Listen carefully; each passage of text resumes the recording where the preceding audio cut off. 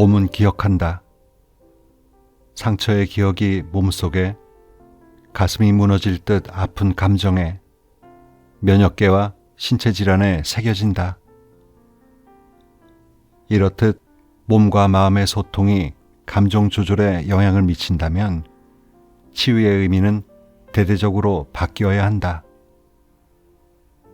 회복이란 자신의 몸과 마음, 곧 자기에 대한 통제권을 되찾은 상태다.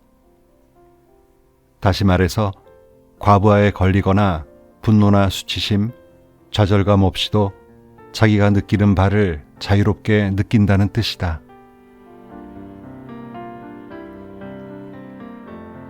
책 읽는 다락방의 제이입니다. 문명이 발달하면서 우리의 몸은 갈수록 편해지고 일하는 방법도 정말 수월해졌습니다. 30년 전만 해도 문서를 타자로 작성했지만 지금은 컴퓨터로 문서를 작성하니 수정이나 보관에 시간 뺏길 일이 없죠. 누군가 직접 가서 물건을 전해주는 일 대신 택배를 이용하고 전 세계 어느 외진 곳에서 일하더라도 스마트폰으로 바로바로 연락이 닿으니 일터가 따로 없게 되었습니다. 문제는 편리해진 만큼 시간적 여유가 많아진 게 아니라 일의 양이 그만큼 늘어났다는 거죠. 그러다 보니 개인이 처리할 수 있는 일의 양보다 늘 과한 업무를 하면서 사는 게 요즘 사람들의 일상입니다. 이러한 처지는 아이들도 별반 다를 게 없는데요. 기계를 무리하게 사용하다 보면 과열돼서 갑자기 멈춰버리거나 터져버리기도 하잖아요.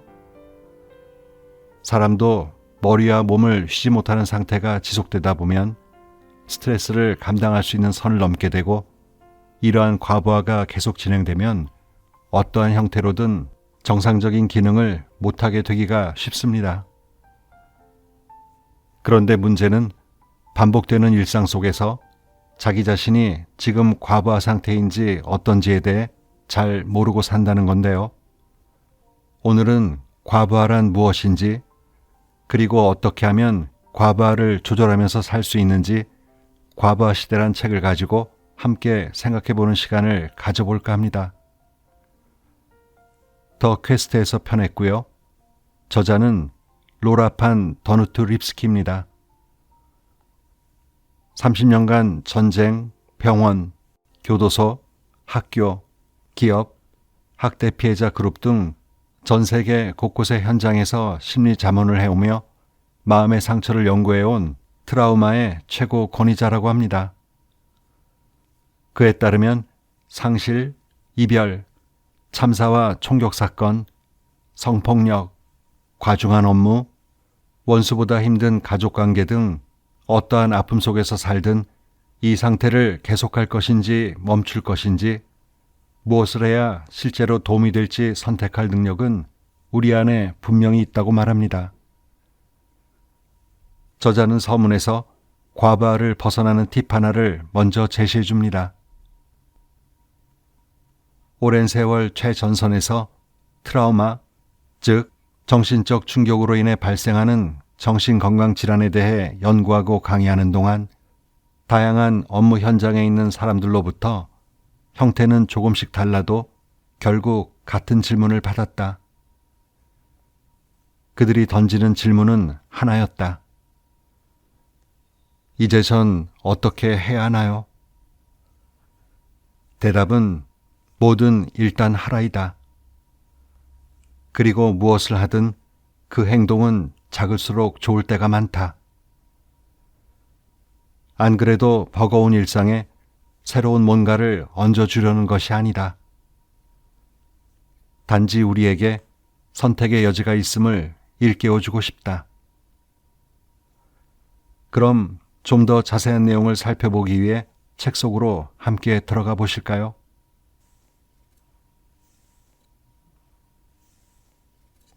과부하 헤쳐나가기. 먼저 개인적인 일상과 오랜 직업 생활에서 배운 것이 하나 있다. 바로 통제 가능한 범위와 아닌 범위를 파악하고 주어진 상황을 현실적으로 마주보며 피해를 최대한 줄이는 방향을 찾아야 한다는 점이다. 모든 것은 연결돼 있다. 나는 영광스럽게도 틱나탄 스님을 스승으로 모신 적이 있다. 스님이 늘 강조하던 한 가지는 세계가 서로 연결된 존재라는 점이었다. 누구나 전체의 변화에 크고 작게 기여하기에 자신에게 관심을 기울이는 노력은 세상의 변화를 일으킬 수 있다. 우리 내면에 과부하가 걸린 원인을 찾는데 관심을 쏟아야 한다. 변화의 동력은 우리 안에 있기 때문이다. 이 책을 쓰면서 위스콘신 대학교의 로빈 골드만 박사를 만났다. 최근 신경과학 연구에서 가장 관심 있는 주제를 묻는 내 질문에 박사는 잠시 뜸을 들이더니 이렇게 답했다. 우리에게 변화할 능력이 있다는 것입니다. 내가 통제할 수 있는 것과 없는 것. 과부하에 걸리면 우리 안의 감정을 소화하고 다른 힘으로 변화시킬 방법이 무엇인지 찾아가야 한다. 그렇지 않으면 이 감정에 휘둘리거나 외부로 화를 돌리게 된다. 시인이자 활동가인 오드리 로드는 이렇게 적었다. 자신을 보살피는 것은 이기적인 게 아니라 나를 지켜내는 노력이자 정치적인 싸움이다. 아래 두 가지를 기억하자. 우리 또는 집단은 어디까지 통제할 수 있는가? 나 또는 개인은 어디까지 통제할 수 있는가? 노동 조건 개선, 환경 복원, 가족 부양 같은 문제는 집단이 통제할 수 있는 영역이다. 집단 통제력이 발휘되려면 이해관계를 조정하는 등의 정치가 이루어져야 한다. 민주주의도 집단 통제력의 한 가지 발휘 수단이다. 하지만 활동가 코니 버크는 이렇게 말한다. 개인 영역을 통제할 수 있어야 집단 영역의 통제력도 힘을 발휘한다. 자신이 어디까지 통제할 수 있는지 객관적으로 파악하기란 어렵다. 사랑하는 사람들이 서로를 대하듯 스스로에게 솔직하고 다정하라. 그러면 통찰력을 발휘할 수 있다. 심리학자 리켄슨 박사는 이렇게 말한다. 원시시대부터 발달한 뇌의 감정 중추는 비교적 나중에 발달한 논리 중추보다 2초 정도 먼저 반응한다. 그러므로 논리 중추가 함께 작동할 때까지 신중히 기다려야 한다. 본능적 감정과 논리적 전략을 조화시키는 능력은 평생 길러야 하는 과업이다. 다행히 전략을 개발하는 시간은 그리 오래 걸리지 않는다. 어떤 상황에 처하든 어떤 감정을 느끼든 결국 적절히 행동하는 능력은 우리 안에 분명히 있다. 분명한 선택에 따라 행동하기. 선택해야 하는 상황이 가득한 현실에서 우리의 선택은 사회적 압력과 책임, 주어진 상황 등에 크게 영향을 받지만 결국 매 순간 어떻게 생각하고 말하고 행동할지는 스스로 결정하게 된다. 이런 무수한 순간들, 즉 자신을 위해 선택하는 크고 작은 순간들이 쌓이면 결국 자유로워질 수 있다. 작가 존 디디오는 이렇게 말한다. 삶을 스스로 책임지려는 의지야말로 자존감의 원천이다. 개인이 통제 가능한 영역에서 과부하가 생기면 스스로에게 이렇게 물어보라. 계속 이렇게 지내야 할까? 아니면 상황을 바꿔야 할까? 어느 쪽을 택하든 결과에 따른 책임은 자신에게 있다.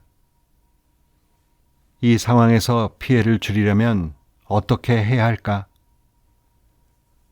무엇을 해야 도움이 될까?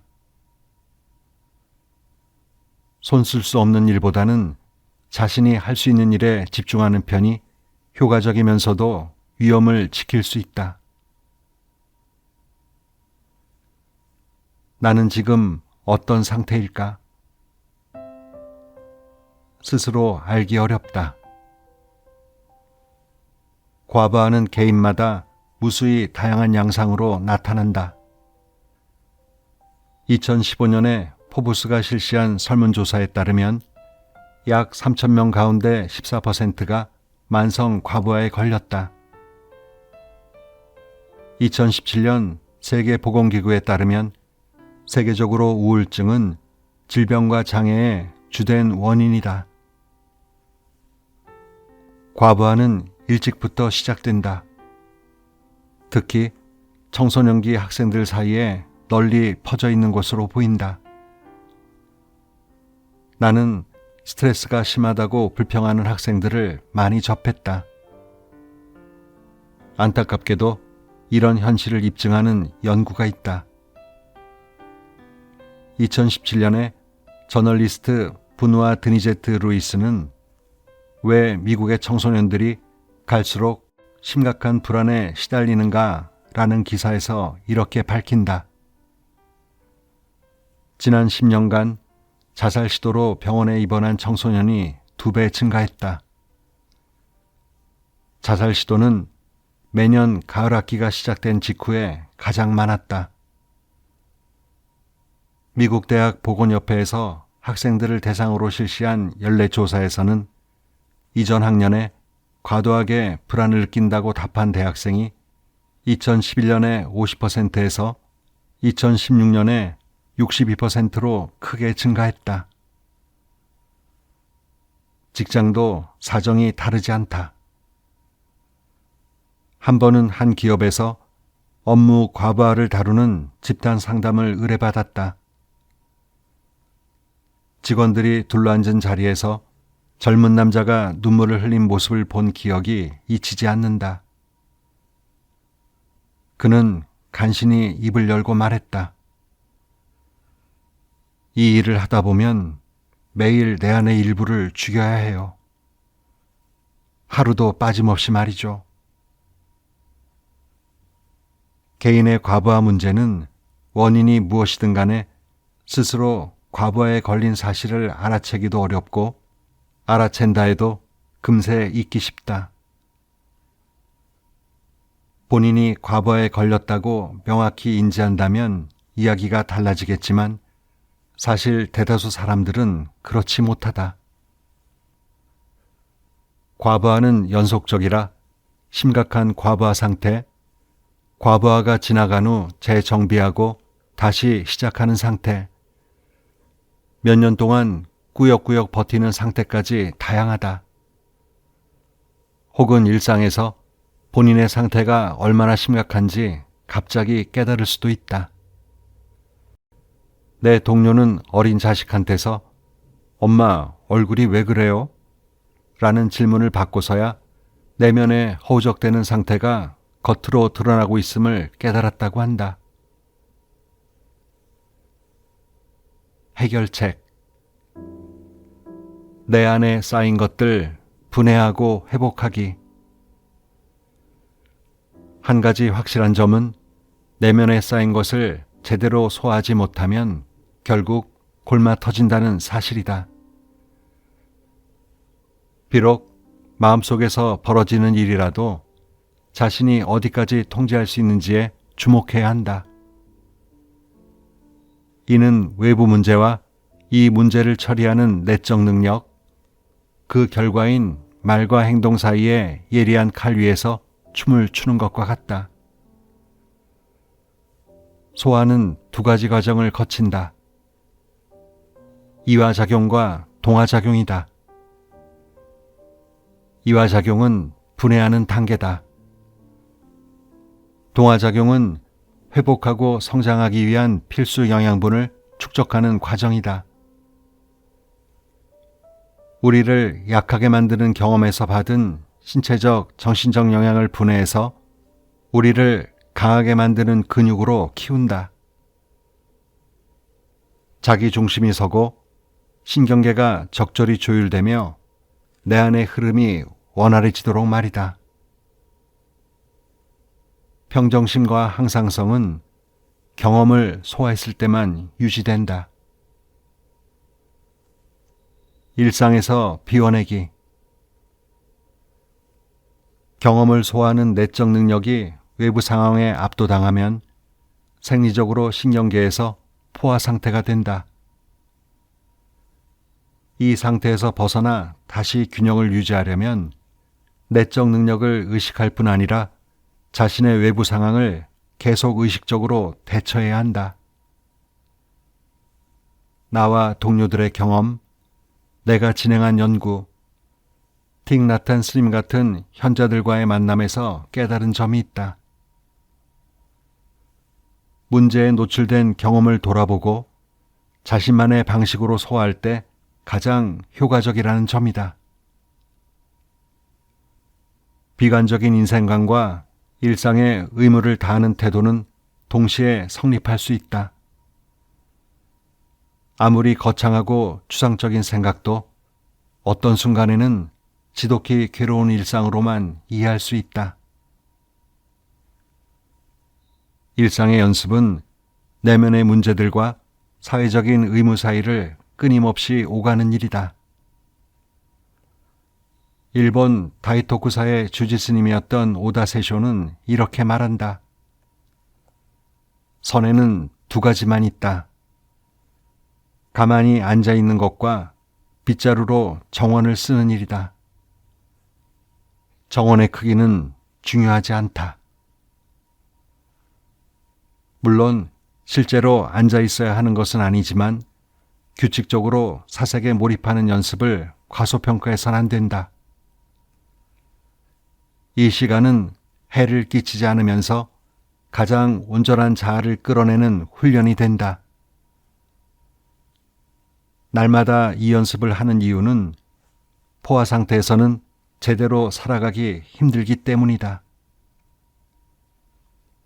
싸우고 도망가고 경직되는 반응은 위험이 임박한 때 순간적으로 불러내는 반응으로 한마디로 일상적인 상태가 아니다. 포화 상태는 불쾌하고 해로우며 심지어 위험하다. 따라서 인간은 포화 상태에 오래 머물지 않으려고 한다. 포화 상태에서는 출혈이 생긴다. 출혈은 하나의 행동 또는 일정한 행동 패턴으로 나타나기도 하며 학교나 단체, 지역사회에 좋지 않은 흐름으로 작용한다. 출혈은 자기 자신과 사랑하는 사람들을 파괴하며 회의실에서 동료와 부딪히고 온라인이나 현실에서 왕따를 시키는 등 문제를 낳는다. 요즘은 가족 전체부터 학교, 기관, 비즈니스 관계까지 출혈을 일으킨다. 기껏해야 진심 어린 사과로 피해를 무마할 수 있을 뿐 대개 남에게 입힌 피해는 영구적이다. 여기서 출혈은 서서히 우라가 끓어오르거나 갑작스럽게 폭발하는 상태 사이 어딘가에 해당한다. 마음속 장애물 발견하기.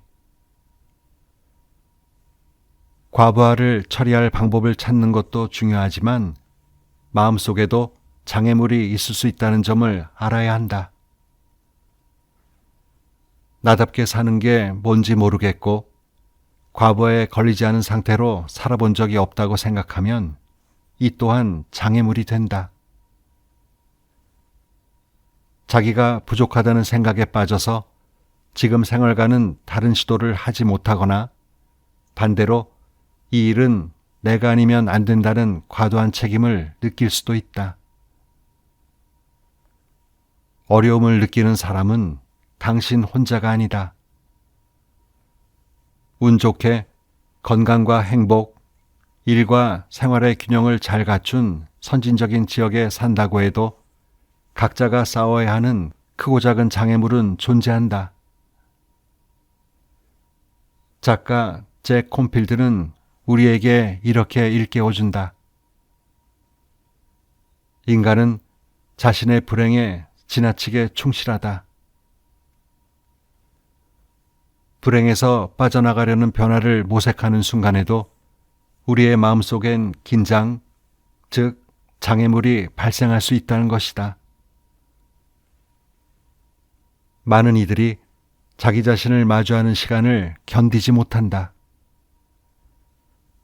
남들이 나를 어떻게 보는지를 지나치게 신경 쓰기 때문이다. 그러면 자신의 경험을 온전히 소화하는 능력이 약해져 포화 상태가 되고 과부하에 취약해진다. 타인의 시선과 관련된 압박은 사회로부터 받은 온갖 메시지와도 상당한 관계가 있다. 이를테면 우리는 사회로부터 올바르게 슬퍼하는 방법이나 피해자라면 그래야 하는 모습, 인생의 온갖 상황에 품위 있게 대처하는 방법 등의 메시지를 받는다. 어느 18살 소녀는 오빠가 죽은 장소에 다시 갔을 때 압박감을 이렇게 설명했다. 남들 앞에서 눈물을 보이고 싶지 않았어요. 제가 혼자서도 강인하게 잘 견디는 모습을 보여주고 싶었어요. 감정을 통제할 수 있을 줄 알았어요. 오빠가 죽고 몇 달이 지나도록 같은 장소에서 종일 일하다가 18개월이 지나서야 한 사람에게 마침내 속에 꾹꾹 눌러 놓았던 감정을 터놓을 수 있었다. 그제야 눈물이 나왔다. 한편 성폭행을 당한 어떤 여고생도 절대 흐트러지지 않고 살아가려고 안간힘을 쓰면서 느낀 비슷한 부담을 토로했다. 남에게 약한 모습을 보여주고 싶지 않아요. 강한 사람으로 비춰주고 싶어요. 약해지면 성폭행 당한 일이 떠오르거든요. 사람들은 완벽해지려고 애쓰면서 날마다 스스로를 압박한다. 그렇게 불가능할 정도로 자기를 몰아붙이면 스스로를 애정으로 돌보기가 어려워진다. 자기를 수용하고 있는 그대로 긍정하는 능력을 기르는 것은 온전한 나로 살기 위해 거쳐야 하는 중요한 단계다. 나는 한 주에 16살 청소년들이 모인 포커스 그룹과 성인 전문가들이 모인 직원회의에 다 참석한 적이 있다. 두 집단에서 모두 이런 말이 나왔다. 낮에 일로 바쁠 때는 괜찮은데 밤에 혼자 있으면 오만 가지 생각이 떠올라서 과부하에 걸린 느낌이 들어요. 혼자 있을 수가 없어요. 그런 시간에 정신을 딴 곳으로 돌리는 뭔가를 찾든 머리를 식히려 시간을 때우든 자기를 긍정하지 못해서 받는 피해는 분명 존재한다. 1시간 또는 하루 내내 좋아하는 텔레비전 프로그램에 계획적으로 푹 빠져보자. 자, 지금부터 시즌 6개를 연달아 볼 거야. 한번 해보자. 라고 말하는 것과 내 주말이 어떻게 되든 알게 뭐야. 에피소드가 이어지니까 도중에 정지 버튼을 못 누르겠는데 라고 말하는 것은 엄연히 다르다. 이는 우리가 정신없이 빠져드는 모든 일에 해당된다. 멈추고 알아차리고 심사숙고해서 선택해야지 사람이든 약물이든 물건이든 행동이든 무의식 중에 찾으려고 해선 안 된다. 1%씩 줄여가기. 누구든 잠시도 견딜 수 없을 만큼 가혹한 현실 때문에 괴로운 순간이 분명 존재한다. 하지만 우리가 느끼는 과부하는 안 그래도 버거운 일상에 고단한 미션을 추가하지 않고서도 단지 초점과 관심을 미세하게 조정하기만 해도 상당 부분 해결된다. 스스로를 존중하고 대부분의 고통은 피할 여지가 있다는 사실을 알아채야 한다. 그러면 어떤 어려움도 감당하지 못할 만큼 벅찬 것은 아니며 해결책을 찾을 수 있다고 생각하게 된다. 철학자 장폴 사르트르는 천재성이란 타고난 능력이 아니라 절박한 상황에서 길을 만들어가는 방식이라고 말했다. 어느 조경사는 완전히 방치된 우리 집 마당을 보고 이렇게 말한 적이 있다. 흙이 너무 마르면 흙이 물을 무서워하게 돼요. 그리고 앞으로도 잘 흡수하지 못해요. 아니, 전혀 흡수하지 못해요. 우리도 스스로를 그런 지경까지 내몰아선 안 된다. 자기를 피폐하게 만드는 일을 줄이고 지탱해 주는 일을 많이 하는데 집중해야 한다. 내가 통제할 수 있는 일에 집중하려고 노력하면 과부하가 줄어들고 균형감과 안정을 찾고 다가올 일을 탐색할 여유가 생긴다. 어떤 상황에서든 자신에게 가능한 방법을 모색하는 힘이 내 안에 남으면 나중에는 노력을 적게 해도 된다. 내가 맞은 거대한 폭풍은 영원하지 않다. 그렇다고 내게 닥칠 마지막 폭풍은 물론 아니다. 앞으로 더 많은 폭풍이 들이닥칠 것이다. 중요한 것은 불을 피워 몸을 따뜻하게 유지하면서 폭풍이 지나가길 기다리는 것이다. 이런 불, 즉 우리가 쌓아온 일상과 습관과 인간관계와 대처 능력이 있으면 내리는 비를 홍수가 아니라 걸음으로 볼 수 있다.